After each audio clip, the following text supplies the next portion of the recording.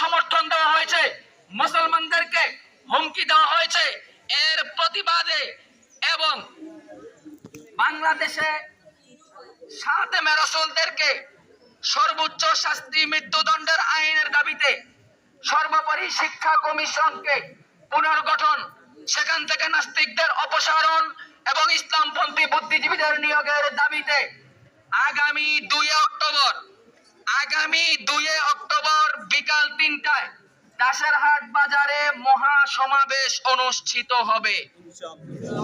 উক্ত সমাবেশের মধ্যে প্রধান অতিথি হিসেবে বক্তব্য রাখবেন হেফাজতে ইসলাম বাংলাদেশের কেন্দ্রীয় যুগ্ম মহাসচিব,